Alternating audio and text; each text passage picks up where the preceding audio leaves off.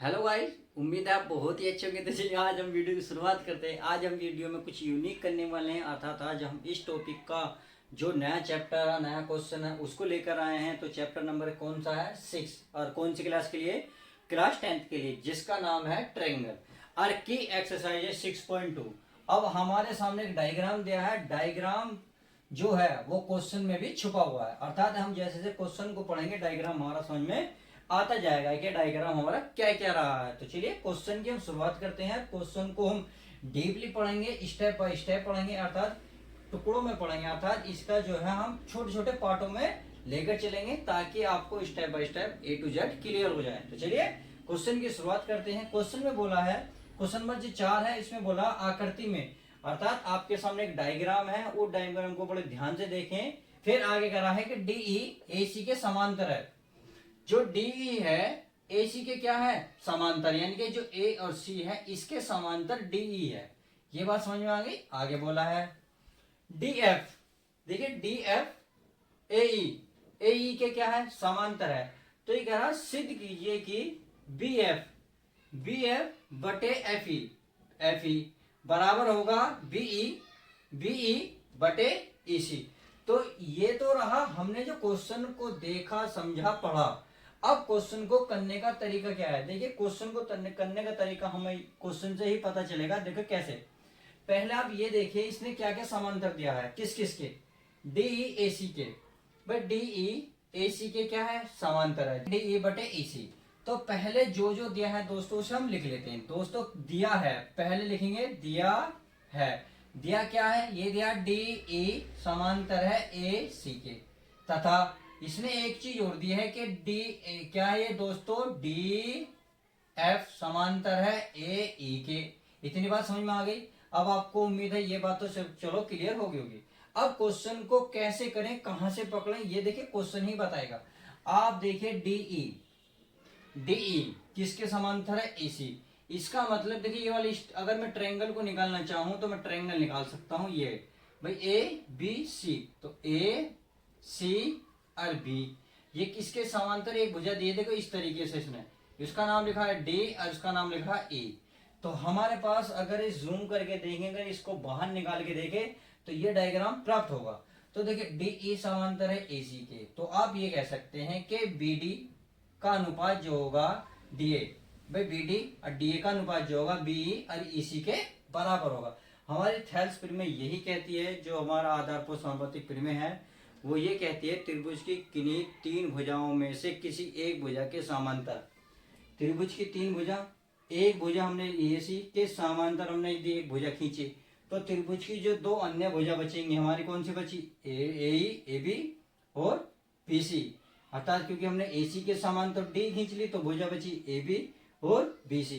तो ये जो आपकी लाइन है ये त्रिभुज की जो दोनों त्रिभुज के अनुपात को आपस में बराबर लिख देगी। तो वही हम करेंगे। तो चलिए शुरुआत करते हैं। पहले क्या लिखेंगे दोस्तों? सिद्ध करना है, सिद्ध करना है। क्या करना है? सिद्ध करना है दोस्तों हमें। भाई BF बटे FE बराबर BE बटे EC, तो ये सिद्ध करना है। तो चलिए हम त्रिभुज लेते हैं ABC के अकॉर्डिंग, यानी कि त्रिभुज ABC में, इस त्रिभुज में देखेंगे तो हम देख रहे हैं ये इसके समांतर है, तो आप लिख सकते हैं भाई BD किसके बटे में? DA, यानी कि DA भाई BD बटे DA बराबर किसके होगी? इस वाली लाइन के, क्योंकि त्रिभुज की दो भुजा तो दी है भाई, इसके तो इस समांतर खींच दी। अब इसका अनुपात आपस में बराबर होगा, अर्थात BE बटे EC। क्या लिखेंगे? E और C, इसे समीकरण 1 नाम दे देंगे। इतनी बात समझ में आ गई। अब चलते हैं उस डायग्राम में जो हमारा ओरिजिनल है। अब इस त्रिभुज में करें, क्योंकि पता कैसे करें। अब क्या क्या रहा देखिए, आगे करा इसके अकॉर्डिंग तो हमने इस त्रिभुज की बात करी, अब इसके अकॉर्डिंग बात करते हैं। ये कर रहा DF, बट DF AE के समांतर है, अर्थात AE DF समांतर है। अब यदि मैं इसी त्रिभुज को निकालूं तो आपको यही नजर आएगा, A से ये आएगा E, क्या बन जाएगा? E, और ये क्या बनेगा दोस्तों? F, और ये बन जाएगा आपका D, क्या बनेगा? D।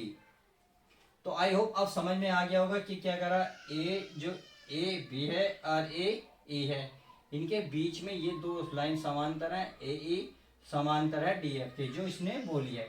तो वही देख रहा, हमें भी चित्र में दिख रहा है, तो क्या करना है, कौन सा त्रिभुज बना, ए बी ई में, तो लिख सकते हैं त्रिभुज ए बी ई में, ए बी ई में। अब देखिए किसका अनुपात होगा भाई, बी डी बटे ए डी, क्या होगा, बी और डी बटे ए डी बराबर, या आप डी ए कह दो, देखो ए डी और डी ए लिख लो, क्रम से लिख लो, क्रम से ऐसा लगेगा, अच्छा सा लगेगा, बी डी और डी ए बटे, अनुपात हो गया ना, अब बराबर बराबर ए बी एफ, क्या है बी एफ बटे एफ ई, क्या है एफ ई, समीकरण क्या हो गई, दो। अब बड़े समीकरण एक और दो को बड़े ध्यान से देखें, तो आपकी जो लेफ्ट हैंड साइड है दोनों क्या है, आपस में बराबर है, तो आप ये कह सकते हैं जो लेफ्ट हैंड साइड बराबर होगी तो उनके जो दिए हुए मान होंगे राइट हैंड साइड में आपस में क्या होंगे, बराबर होंगे। तो हम ये लिख सकते हैं, अगर समीकरण दो एक से देखें तो आप कह सकते हैं समीकरण दो व एक से, समीकरण एक से, तो पहले से इसकी वैल्यू ये भी है, इसकी वैल्यू, तो मैं इसको लिख सकता हूँ, बिल्कुल लिख सकता हूँ, क्या लिख सकता हूँ, ये लिख सकता हूँ बी एफ बटे एफ ई बराबर है बी ई बटे ई सी। अब देखिए क्या हमें सिद्ध करने को यही बोला था, देखिए बी एफ बटे एफ ई ये रहा, बराबर है बी ई बटे ई सी, और यही हमें क्या करना था दोस्तों, सिद्ध करना था। देखिए कि क्वेश्चन कितना छोटा सा था, कुछ भी नहीं था, बट डायग्राम ही थोड़ा बड़ा था, उसे देख के आप डर गए होंगे, इसलिए मैंने जूम करके बाहर निकाला था, जो चीज हम जूम कर लेते हैं वो स्पष्ट नजर आ जाती है। तो आई होप आज की वीडियो आपको समझ में आएगी, तो चलिए मिलते हैं आपको नेक्स्ट वीडियो के साथ।